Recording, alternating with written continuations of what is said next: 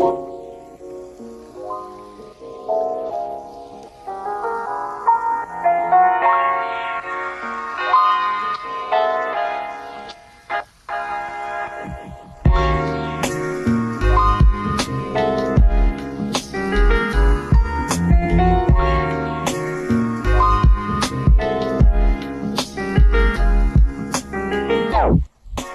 everybody. Welcome back to Young and Wiped Up. This is Marcella. And I'm Gabby. And thanks for joining us this week for another episode. If you love listening to our podcast, we would love if you would take a moment to rate and review our podcast on whatever podcasting platform that you are currently listening on. It really helps us to be visible on the feeds, and it's a great way and a free way that you can support us. If you'd like to join any of our communities, we have our Facebook group called Young and Wiped Up. And we also have a paid community through Patreon. There are 3 different tiers, and each tier has different exclusive content that you can unlock, including bonus episodes that we do twice a month.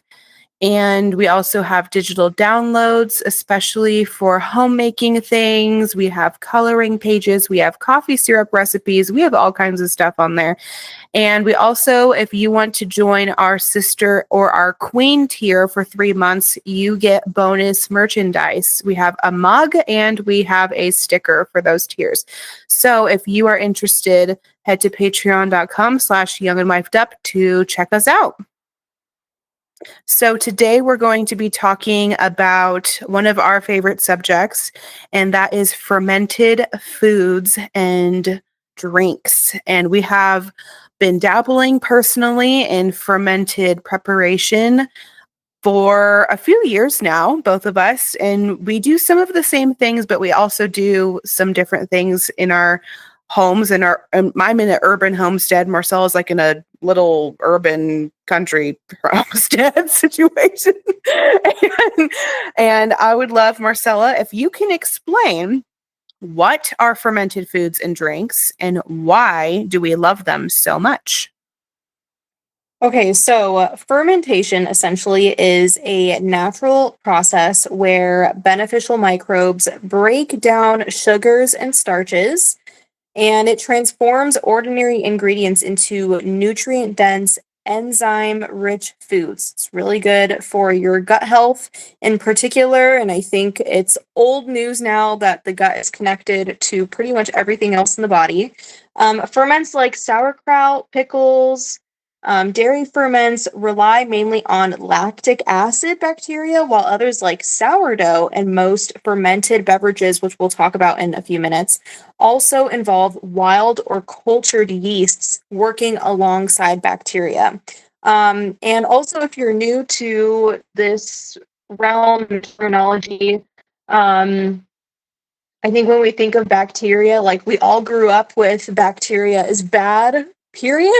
You have to kill it all, kill all of the bacteria. But now in the last like 5, I don't know, to 10 years, I would say, much more in the last 5 years, we've talked more about like, okay, you have to feed the good bacteria, and that bacteria has a place. And we love ferments for the health benefits because it supports your gut and immune function. Like I was saying, it aids in digestion and it increases the bioavailability of nutrients, which just means it makes those nutrients so that your body can absorb them and use them better and more efficiently.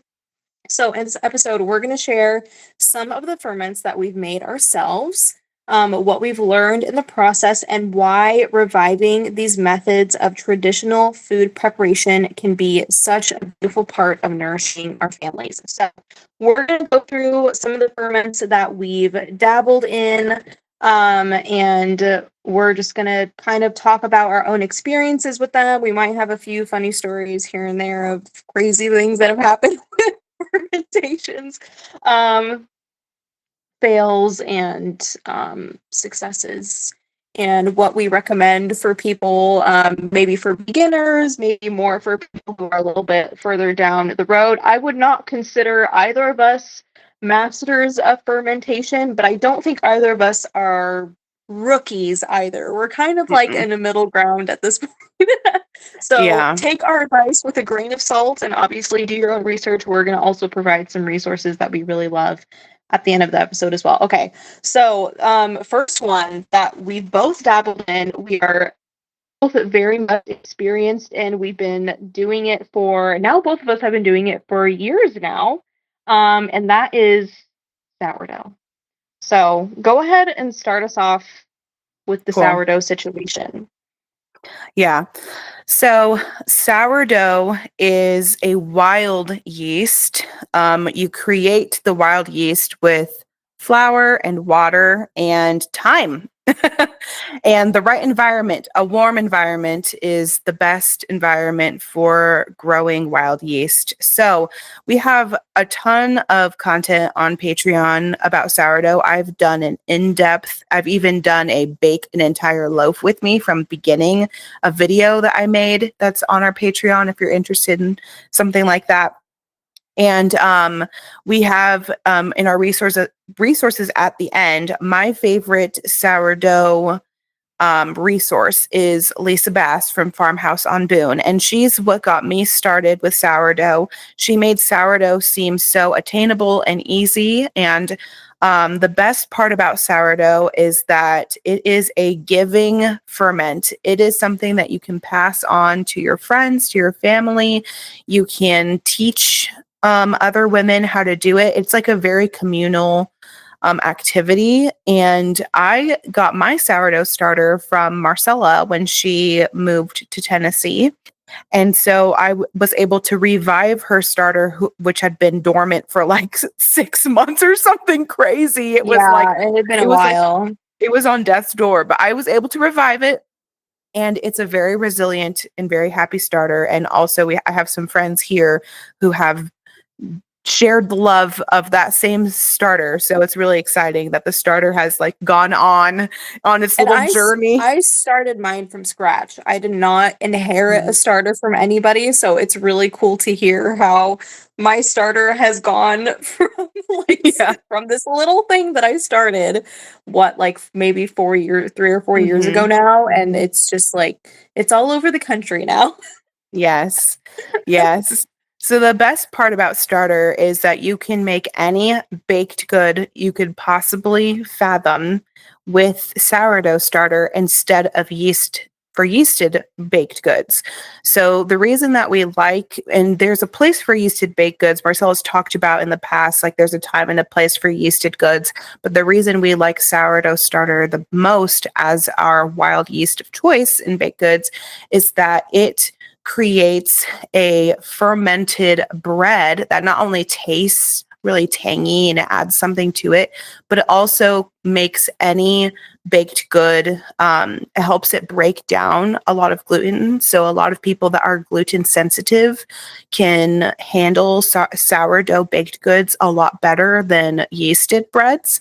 And so there's all kinds of incredible scientific reasons why a starter can create this beautiful bread that has been used and made since the beginning of time. And it's something that is cross cultural, and it's something that you can make any time of year. And it's so versatile. It is such a versatile ferment, and you can continue fermenting any baked good that you have by having it in the fridge for a few days and having it out on the counter longer, and that can again break down more of the sugars, more of the gluten in the dough. So it makes it lower on the glycemic index, and it also feeds the good bacteria, which we talked about in our why we love it.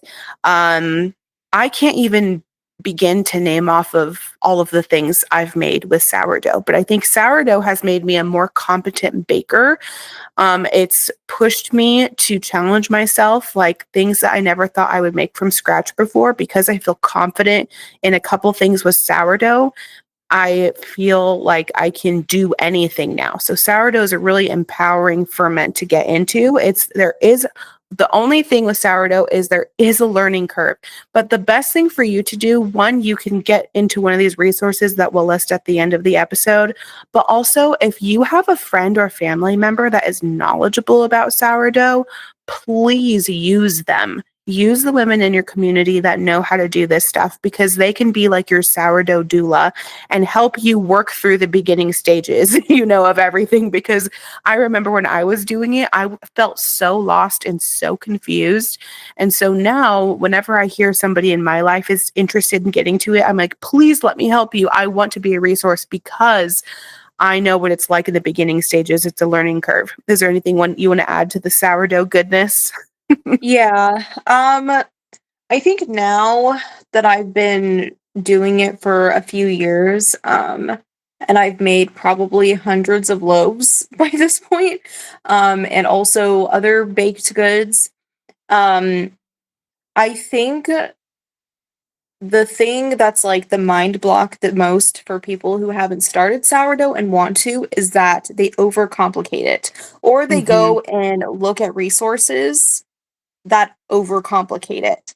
And it Mm-hmm. really, I think if you can find the most like streamlined, basic information as possible as like your foundation and kind of just learn off of that, that's going to be the most helpful. I think when we start talking too much about like hydration percentages, and it's like we don't need to worry about that yet. Like just keep it really, really simple and easy. And if you like are trying to find a blog post, and if it takes you if it has to take you more than 10 minutes to read a sourdough recipe blog post, leave and go somewhere else. It's too much. It's too much.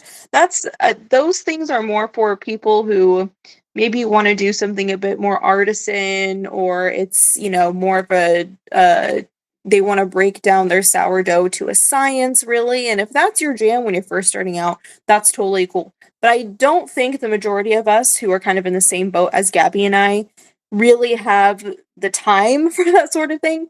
And so it's kind of a learning as you go. Don't overcomplicate it. Don't let people overcomplicate it for you. And then the other thing that has been, I think, an even bigger learning curve after getting out of the beginning stages of learning was having the foundation and getting really good, and then figuring out how to make sourdough with the changing of seasons. That Mm-hmm. has been one of the most challenging parts for me personally, was figuring out how the sourdough is going to work, ferment times and all of that during the winter as opposed to the summer, because it's completely different. At least out here, the humidity is different. We have a pretty stark contrast in seasons. And so, being able to tweak from season to season has been, that's been like a game changer, because you can't just do it the same throughout the year. But that's not beginner information you need. Again, if you haven't gotten into it, if you're already into it and you feel like there's something weird going on all of a sudden, that might be something to consider looking into, is figuring out how to do the sourdough when you're not in the season that you were, when you first started or whatever. So those were the two biggest things Cool. that I can think of. Yeah. Yeah, so we could literally have 20 episodes just about sourdough. So we must move forward because there's so many more ferments to get to. So next, I want to talk about kefir. Now, people are going to say kefir. I'm sorry. I'm not going to say kefir. I don't know. I hear it said both ways, and Mary's Nest says it both ways. She always says, I just say kefir. And I'm like, yeah, me too, girl. But there's two types of kefir. They're grains, essentially. I don't even know how you would make kefir grains from scratch. Like, I know I watched recently Mary's Nest do a water kefir uh, episode, and she was like, don't try to figure out how to do it from scratch. Just get grains from somebody else. Yeah. Um, So I've done water kefir and I did okay with it, but like it just was a lot to manage. It wasn't something that I could leave because the Mhm. fermentation turnover is like every day. And so it's Yeah. like not a, I like low maintenance, leave it for a week, leave it for a month type ferments. So that's not my jam. I did it. It was okay. I like the taste, but it's just like, I don't know, It's my not worth grains. the time and effort. You don't love it enough. No, exactly, exactly. So I've been doing something else recently, which I'll talk about later, but I've paused my water kefir and it's essentially like a soda, like a fermented soda. Um, Not my jam. So I've done it. I don't want to discourage anybody from doing it, of course. Like it's just something that you have to be constantly monitoring. It's like an everyday thing you got to keep going. And I don't like anything that I have that keeps me chained to like I need to be on top of it. I don't like that. I want to be able to leave something for a few days if I can. Like Mhm. that's why I love sourdough. Like if I make the dough and I throw it in the fridge and when I'm ready, I'll And pull it you out and can wait a bake few it. days and bake it. Yeah, yeah, yeah. Exactly. So, but Marcella has done milk kefir, which is different. And she's also done yogurts. Those are the two biggest dairy ferments. And she's done both. I did yogurt once and it failed so bad that I literally can barely eat store-bought yogurt now. She's We figured out what happened. traumatized. Yeah, I'm traumatized. We figured out why. It's because I didn't use straight from the package opened yogurt and really fresh milk. I use like maybe 3-day old milk, which am happy to drink. It's not a big deal. And I used week old yogurt, which again, I would be happy to eat. But because I used not super fresh dairy, when it fermented, it basically turned it into some vomit. um, I can't even, it is so even talking about it, my mouth is like watering in a bad way. I know I've told this story. I don't know if I've told it on the main platform or on the podcast before, but it is really traumatizing for me. And I don't think I'll ever make yogurt again. But, everybody else in my life that makes yogurt, keep on keeping on. I will just be Yeah. paying for yogurt the rest of my life. I don't know if I'll ever get over it. But Marcella, please talk to us about your dairy ferments. Talk to us Okay. about your Yeah. milk kefir and your yogurt. Okay, so the kefir and yogurt situation has been difficult because I feel like I don't have as high of a success percentage as I would like. Like, I'm not quite there yet, but getting the taste right is way more difficult than I imagined. And I feel like some people who just like they throw it in and they're sure this random yogurt and sure this random milk. I feel like the people who get it right the first time are truly getting lucky and not because they actually know what they're doing.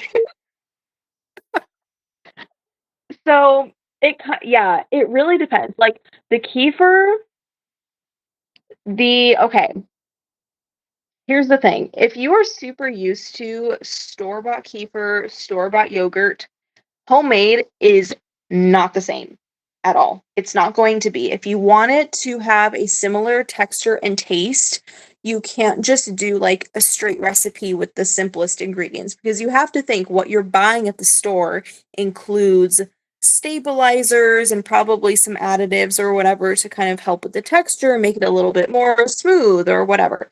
Um, but I I actually haven't made yogurt in a while. I don't know why, because it's actually a really simple process. And the kefir is a little bit more involved, in my opinion. I feel like, or maybe just because I'm not as experienced with it, I feel like it takes longer for me to get the kefir going and turned over and, you strain the grains and then you put them in the milk. And yeah. And then also the same thing with the changing of the seasons. It gets really hot, and then all of a sudden, something that took 36 hours to ferment is now taking 8. And then like by the time I like get to it, I'm like, oh my gosh, why is this so stinking sour? And then it just tastes horrible. So like that has been a learning curve as well. But the kefir situation, I like how homemade kefir tastes. It's more acquired than like store-bought kefir. Again, it's not going to taste the same, and also depending on the milk that you get. And also the other thing with milk ferments is if you are using raw milk, which both of us do, the bacteria that you're using to so like say if you're using kefir grains to like inoculate raw milk, or you're using yogurt to inoculate raw milk, whatever bacteria is already present in the raw milk because it has not been pasteurized and killed off is what's going to multiply. So with some raw milk, you may get a very distinct taste. And this is something that I've read about a lot, and tons of you guys have been down so many like yogurt Reddit yogurt making down the black hole of yogurt making Reddit threads. And most people have said, they will use the same exact method, time, everything was the same, but just the change in the milk made it taste completely different. So it may just be like if, like in Gabby's traumatizing situation, the milk as is probably tasted just fine when it was drank straight. But then Mm-hmm. if there was certain bacteria that was present, not necessarily bad, but if you inoculate it and then it grows and then it gives it a distinct taste that you are very put off by, then it probably isn't that the ferment itself is bad. It's just the distinct taste of that certain batch of milk that was not good. But I mean, it's hard Like the because, strain, I the think specific the strain, strain. Yeah. yeah. And also depending on what kind of yogurt you use as well, as your starter, because if you haven't like read yogurt labels at the store, they're all made with different strains of bacteria. They're not all the same. Some of them use very similar ones, but for the most part, you're rarely going to find one that has the exact same ones as the next one, or next brand or whatever. So there are a lot of factors. I feel like dairy ferments is a bit more difficult to dive into, in my opinion, than like grain ferment type stuff. But if you're like feeling the itch to like add another like cool homemaking thing to your arsenal, this would be a really interesting one to get into. And I mean, obviously the added benefit is that you're able to make your dairy ferments, yogurt, kefir, cheese, mozzarella cheese, ricotta. They have like cream cheese starters, they have sour cream starters. Like you could literally make everything at home with the right tools, and you know exactly what's being put in it. There's no hidden ingredients or weird stuff that you're like not a big fan of your family having. But yeah, yogurt and kefir has definitely been an interesting ride for us over here. I took a break for a little while. I actually haven't done it probably. I don't think I've made yogurt in a couple of months, and I haven't made kefir in probably about the same time. They've been like sitting, which I know is so bad. Everybody says you can't let milk kefir grains sit for more than a week. And I'm like, well, I don't know what to do now. So I might try to revive them pretty soon, and we'll see how it goes. But yeah, it is a big learning Wow. curve for sure. Yeah, I'm definitely taking a hard pause on the dairy ferments. I'm happy to buy it. It is expensive to get organic, dairy, fermented dairy, like yogurt. Like my yogurt that I buy that doesn't make me sick, that has like the perfect strain of probiotics in Mhm. it, is like $9. Okay. Oh, okay. That's Wait, a there was lot of money. something I forgot to mention. So Hmm. along with, or in addition to, I guess, In addition to your basic kefir and yogurt ferments, there are so many different varieties of recipes from different cultures made, like a few like Vietnamese fermented dairy things, Russian fermented dairy things that have turned out so good. Like my kids loved them so much. But usually you're adding like some extra stuff, and it's like I have this book. I wish I remembered what it's called, and I don't want to get up and get it right now. But it's essentially they have a bunch of different dairy ferments like across the globe, and they're like traditional for that culture or whatever. And some of them are like really sweet, almost like dairy ferments, and then others are, you know, sour or whatever, like a regular yogurt. So that's another thing too. If you're like, if you already don't love the taste of like plain yogurt, I don't think homemade is going to be your favorite. Yeah. Yeah. So maybe try something that's a bit like more dessert like also might be helpful as well. Yeah. So Cool. yeah. Yeah, good tip. Yeah, I need to look into dessert dairy ferments for sure. Because sometimes I do have like some leftover raw milk that I want to use, and I'm like, oh, I could make something with this, you know. Um, Okay, get moving forward to another beverage, kombucha. So Marcella and my mom have dabbled in kombucha in the past. I'll let her tell you guys about that and how that went. But I recently, this month actually, decided it was time. My friend Penelope came to visit me and she brought me a SCOBY and a really healthy SCOBY. And I've had it for like 2 months. And so this month I was like, it's time. I'm feeling good about it. I wanted to learn a new skill. And so I devoured two places. Mary's Nest is one of them. And then the other place was You Brew Kombucha. And I'm using the You Brew Kombucha's recipe. And essentially, what kombucha is, if you're not familiar with it, is fermented tea. And you can flavor it with fruits and herbs and all kinds of things.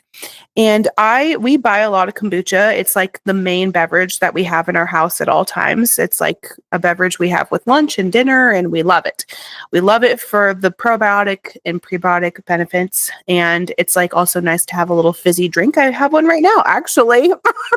That I have one from Brew Doctor that I get like a 6-pack from Misfit Market of different flavors. So since I've had this SCOBY, which is like basically a just slimy mass, like I don't know how else to describe it. It's just a slimy mass, and It almost looks like a really large, flat, wet mushroom.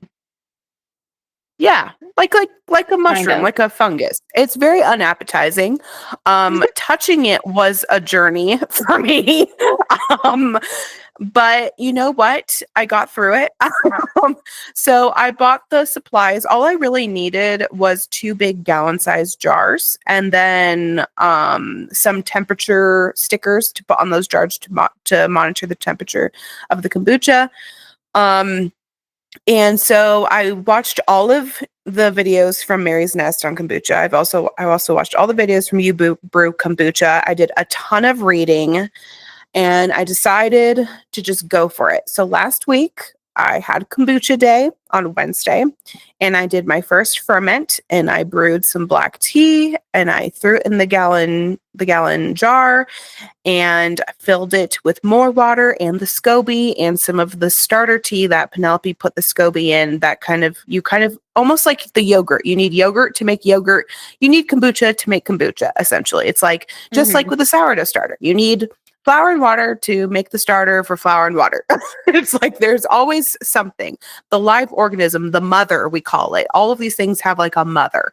And so I put it all together, and it was so much easier than I thought. I was like, why did I wait so long to do this? I could have been saving so much money on kombucha, because kombucha is expensive. And this, I like did the math, and I'm pretty sure that whole batch that I made was $3. A 1 gallon of kombucha costed me $3. Okay. I can't even buy 1 can of kombucha for No, $3.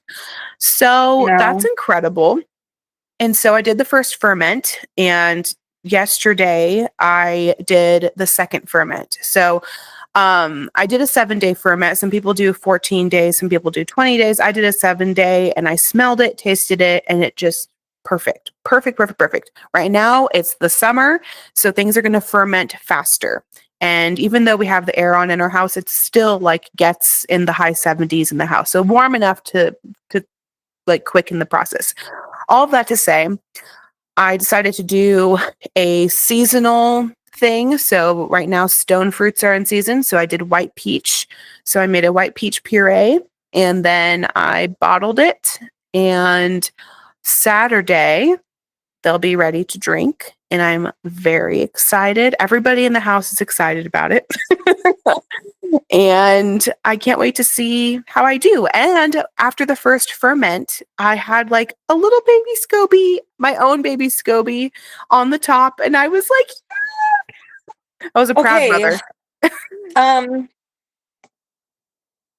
can you travel with a SCOBY? Can I travel with one? Yeah. Are you saying you want me to give you a SCOBY Yeah. when you come visit me? Yeah. Yeah. What I could do is I would just give it to you in a Tupperware, and you should check it in your check bag.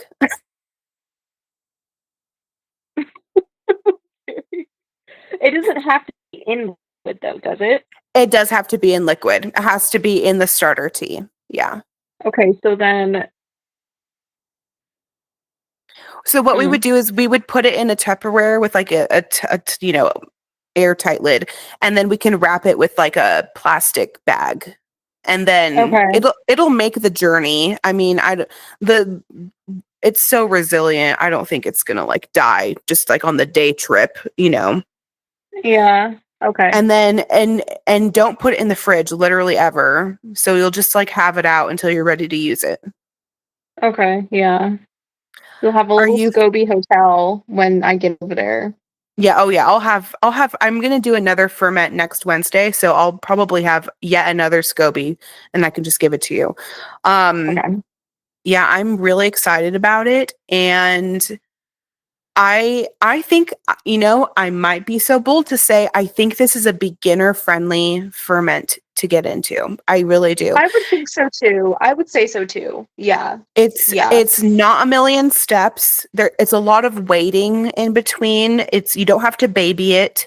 And if you get a well-established SCOBY from somebody that's already making kombucha, it was so simple, you guys. Like I was like, this should have been something I've been doing for years at this point. Like it was just one of those And you things. you got the pop, like the Yeah. swing top bottles or whatever? So yeah, so one of the tips that I learned from Mary's Nest is if you get swing top bottles, you have to buy them from a brewing company because they're double insulated. So regular swing top Mm, bottles that you get like from the thrift store, or whatever, those are not going to be strong enough for the carbonation buildup, the CO2 buildup.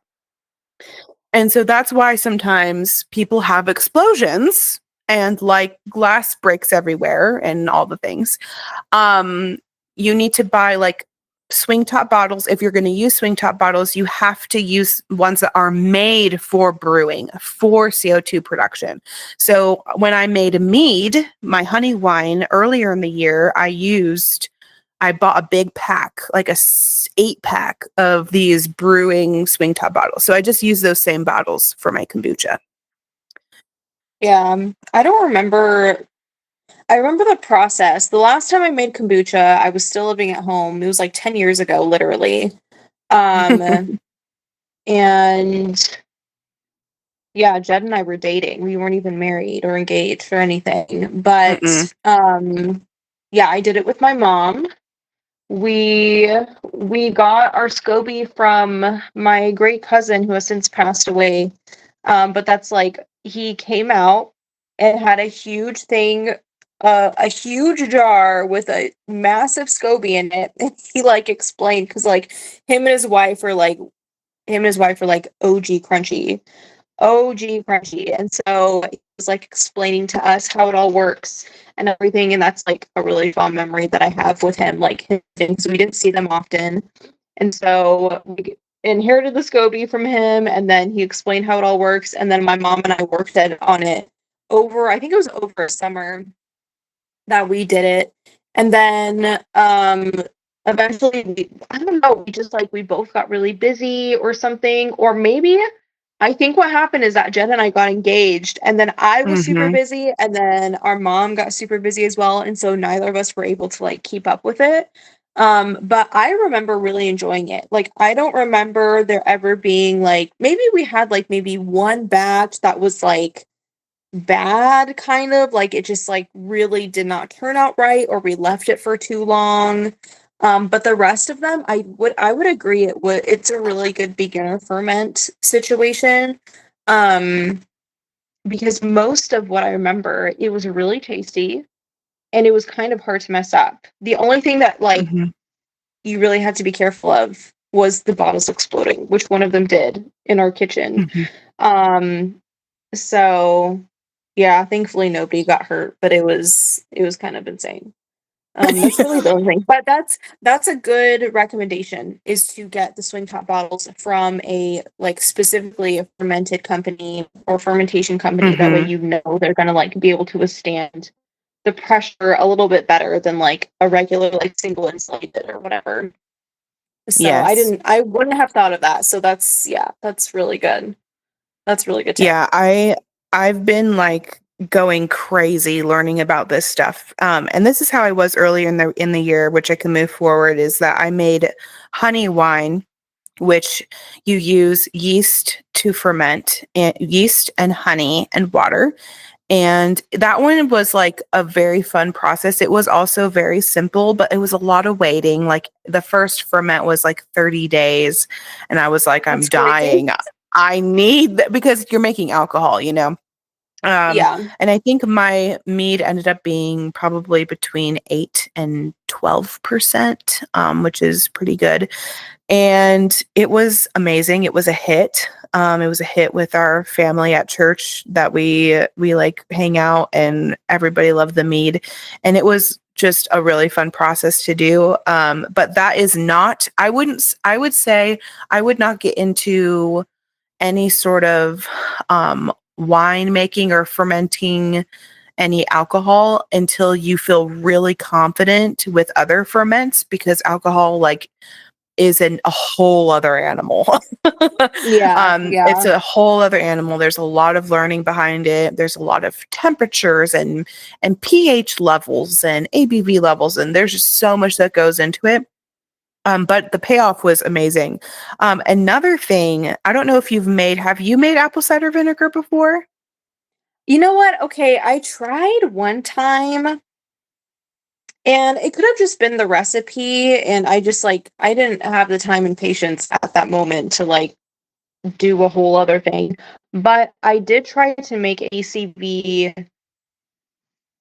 It was like over the course of a month, and it just wasn't turning out the way Mm, that it was explained that it was supposed to. And so I knew that there was information missing, or maybe the recipe just wasn't right for me. And then it started to mold on top, and then I was like, we need to throw you out. mm, It's not good anymore. So I would like to try okay. again at some point. But yeah, I tried it Mary's once, Nest and I recipe is foolproof.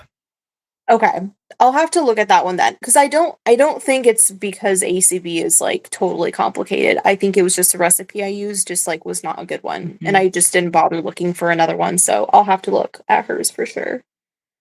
Yeah, definitely. I've made apple cider vinegar a couple times. The first time I made it, it was okay. It wasn't as strong as I would have liked it, but I let it ferment for so long that I was like, it has to be vinegar. Yeah, yeah, yeah, yeah. So since then I've been using Mary's Nest. I know she's just we're going to just keep saying her name. I'm sorry. Like, she's just the authority. I wish that This we is could on have her as a YouTube. guest. Yeah. Honestly, dream guest. Dream guest is Mary. Um, Apple cider vinegar is very simple to make because it's just sugar, apples or apple skins, apple cores. You can literally use whatever you have, and water. And you ferment it over a period of time. And one of the tricks is to use fermentation weights. So if you get into any type of Mm. fermenting any fruits, vegetables, vinegars, anything like that, where you have things that could be possibly poking out of the liquid, fermentation weights are going to be your best friend. I invested in 4 really nice glass fermentation weights earlier this year, and I'm so glad that I did because I worry a lot less about mold. Now, The mold molds. happens Yeah. when Hmm. food is exposed to air. And so if you have little apple skins hanging out at the top of your ACV and it's exposed to air for too long, then mold can occur. And Mary's Nest talks about this a lot in her videos about ACV and other types of vinegars. But getting a weighted ferment weight is so helpful. So I highly recommend that if you're getting into that. And also apple cider vinegar. I mean, that's another super expensive thing at the store that we can literally be using our food scraps for. So what I do is whenever I peel apples, which happens like, semi often, I save all the skins in a stasher bag in the freezer. And then over time, as my apple skins and cores accumulate, I just have a big bag of apple skins and cores. And then when I have enough to Mm. fill a jar, I fill that jar with my sugar from the recipe from Mary's Nest, the sugar, water, apple skins, and cores, and then a fermentation weight on top.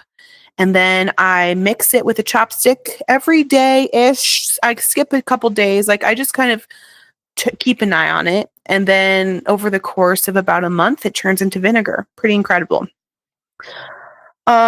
So speaking of fermenting fruits, we also ferment vegetables. And we ferment vegetables through a process called lactofermentation, which Marcella brought up earlier, which relies primarily on lactic acid. So one thing that I do every week without fail is fermenting potatoes. Fermenting potatoes is super easy. All you have to do is put your potatoes in whatever shape you're going to be doing. So cutting them, dicing them, shredding them, French fries, whatever shape, putting them in cold water, and then putting at least a tablespoon of salt into it, mixing it up. And then you're basically going to leave it. The minimum 8 hours is what I would say. Maximum, I've left it for 3 days, 5 days. Depends on how fermented you want your potatoes to be, because after 3 to 5 days, they do start tasting more tangy because it's the lacto fermentation process is happening. Do you ever ferment your potatoes, Marcella? I have a few times, but usually it just ends up being a long soak for me. They like I I usually don't end up prepping my potatoes in quite enough Mm-hmm. time for them to be truly fermented. Mm-hmm. Um, so yeah, if you can't do like, it's a long process for them to ferment. At minimum, soaking them like as soon as you Mm-hmm. possibly can is still going to be helpful. Yeah. Not as great as fermenting them, but yeah, Yeah. That'll just like still a like little break soak down some that. of the starches, make them easier Yeah, to yeah, cook yeah. with. Hmm. My recommendation, and I literally just did this today, if you are a prep ahead type of girly, which I am, I basically buy a bag of potatoes and then I have a potato processing day. And today was my potato processing day. And usually, if I get a big enough bag of potatoes, that'll last us about 2 to 3 weeks. And we eat potatoes pretty often, a few times a week. So, what I do is I cut them into the shapes. There's like 3 main shapes that we do here. We do cubes because I could throw those either in breakfast or in any other meal. I can just roast potatoes, any sort of cubed potato. And then I do shredded potatoes. and then I do French fries. I cut them all up and I put them in 3 separate bowls, and I ferment all of them with the salt. I put them on my fermentation station, and then when they're done fermenting, I drain them all. I squeeze all the liquid out of them with a cloth rag, and then I lay them out. I flash freeze all of it on parchment paper on baking sheets, and I flash freeze them for like at least an hour in the freezer. And I do have to stack things, and it's a really scary process for a few, because if your freezer is as stocked as mine is, um, you'll have to kind of do some gymnastics to get as many potatoes in there as possible. And then after that, I transfer them into either a Tupperware or into a stasher bag or whatever, Ziploc or whatever you have. And that way you have frozen potatoes ready to go, French fries, shredded hash browns, roasted potatoes. You have it all ready to go, because I like to think ahead. And so even if I don't have them on the meal plan that week per se, I don't know if this happens to you guys, but sometimes I'll buy a bag of potatoes with great intentions, and then by the time I get to them, they're sprouting. And it's like, oh no.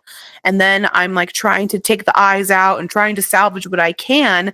Or the week that I buy them, I could process them all down, and then they're ready to go when we're ready to eat them. So that's just my tip, is fermenting them ahead of time, having a potato day, and just that be your time. I just had yeah, I had a YouTube video on today, and I just got through it. Oh man, that's funny. A couple other lacto ferments I do, or I've done. I do sauerkraut every month. I love sauerkraut. So easy. It's just cabbage and salt.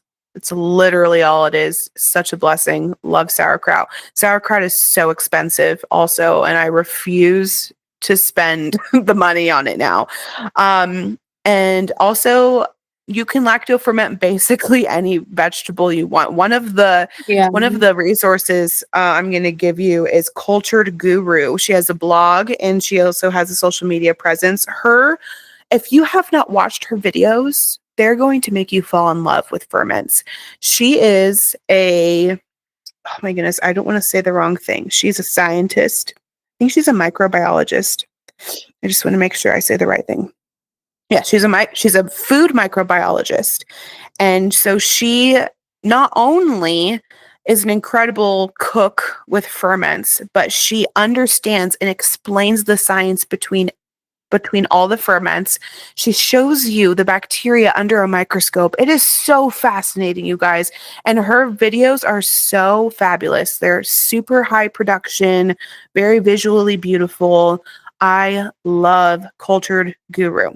And so she basically proves that you can ferment anything. Like, you can really ferment. And recently I saw a video where she fermented potatoes for fries with sourdough starter. And I was I've like, seen that why? before. I've Oh seen my that goodness. before. I was like, I'm stupid. Why did I not think of that first? Yeah, it's Anyway, crazy. highly recommend that. So I did her What's her name recipe, again? Cultured Guru. Cultured. So her handle on Instagram is cultured.guru. I think she's on TikTok too, but I usually watch her on Instagram. I did her radishes recipe because I was watching somebody eat radishes the other day, and I was like, I need radishes. So I got some in my Misfit Market box, and actually they're probably ready to go. It was only a week-long lacto fermentation process. I just did salt, water, and radishes, and I'm putting them in the fridge, and they'll be ready to roll.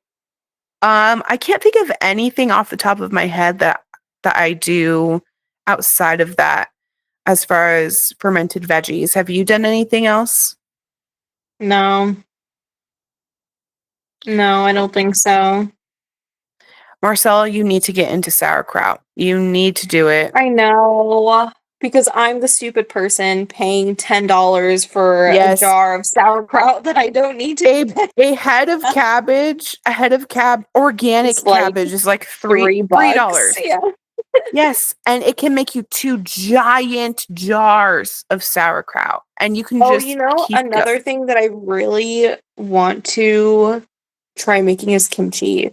You guys, I love Asian food. It's like one of my favorite it's one of my favorite cuisines. I love Korean food. I love Korean food and Japanese food more likely. And Korean food has a lot of fermented um uses a lot of fermented stuff, especially as like little sides and everything. And Mhm. pretty much everybody in my family eats kimchi, including the baby. Loves kimchi. So I'm like, maybe I need to get on that. So, Yes. and Yes. kimchi's expensive. Also, oh my goodness, you guys, okay, I get so depressed, not literally, when I think about how when we used to live in California, there was a Korean market about 20 minutes from us, and you could get, the little lady that runs the restaurant or whatever there. They have a little market area.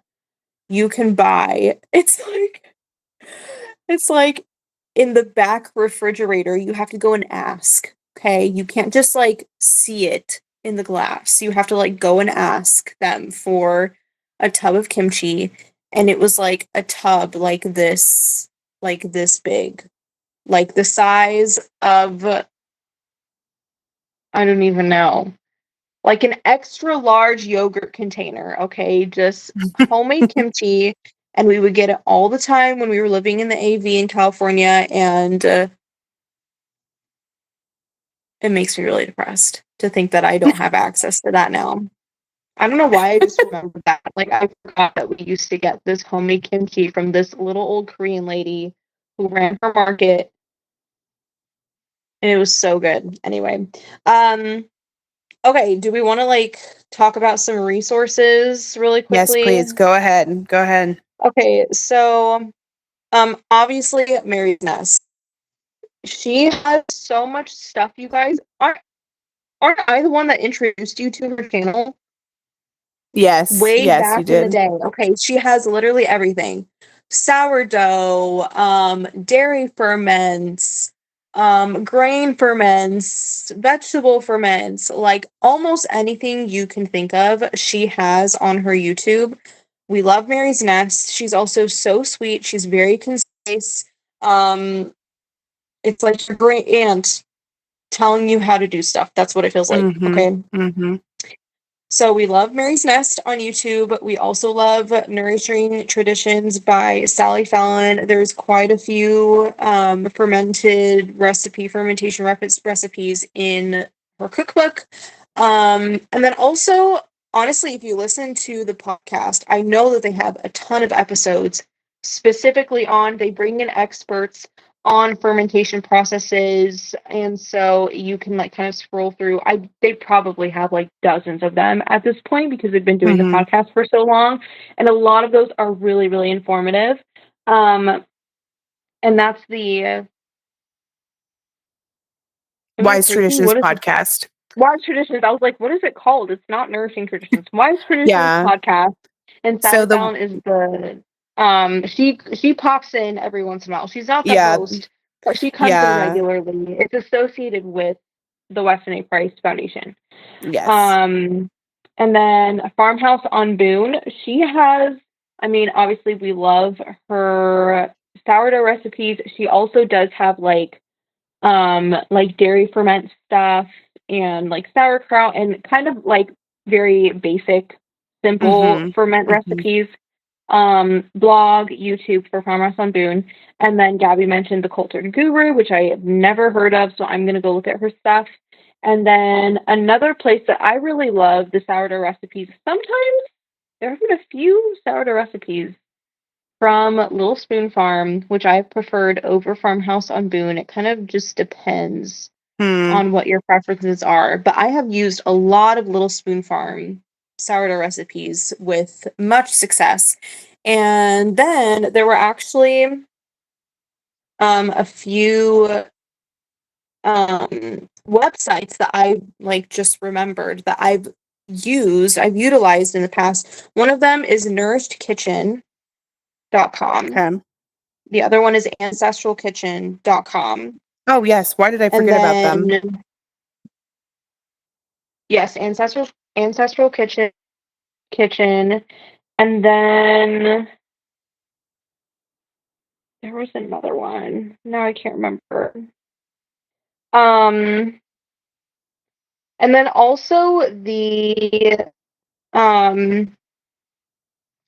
Weston A. Price Foundation site, you can also search up recipes on there. And I Mm-hmm. think on that one, it's like community recipes, or it's like chapter leaders can upload recipes. So there are a lot of ferment recipes on the Weston A. Price website as well. So yeah. Awesome. Yeah, all of these are great places to start. If you're a super, super beginner and you feel really overwhelmed, and it was like, we need to give you 2 places you absolutely must go to, Mary's Nest and Farmhouse on Boone. Like, simple, easy, like, Very just simple, yeah. get started. And then, you can go from there. Also, the You Brew Kombucha that I mentioned, she has a blog and a YouTube channel. She doesn't upload anymore, but she has quick start guides on kombucha. And then she even has like full live streams of her doing her entire process on live, which is awesome. So I highly recommend that. That was a resource given to me by Penelope, who gave me my SCOBY. So shout out to Penelope for the SCOBY and the Reco for the YouTube channel. Okay, guys. Shout out. Now I'm excited to go make some ferments. I'm like inspired already just by talking about it. Pumped about the ferments, man. I'm gonna work on getting you a SCOBY, Marcella, and you're gonna start your kombucha journey again. You're gonna restart it. I have a million. I can't even tell you. I was literally thinking an hour ago about how many dang gallon jars that I have that are taking up space in my cabinet. And I was like, I'm going to sell them on Facebook Marketplace because they're driving me nuts. And then I was like, wait. Now you need them for kombucha. I know. As you were talking about it, I was like, okay, I'm going to wait to see if I can use them for this. Yes, you totally should. Save yourself some money. Yeah, because I had to buy some because I didn't have any. Awesome, guys. Well, let us know in the comments.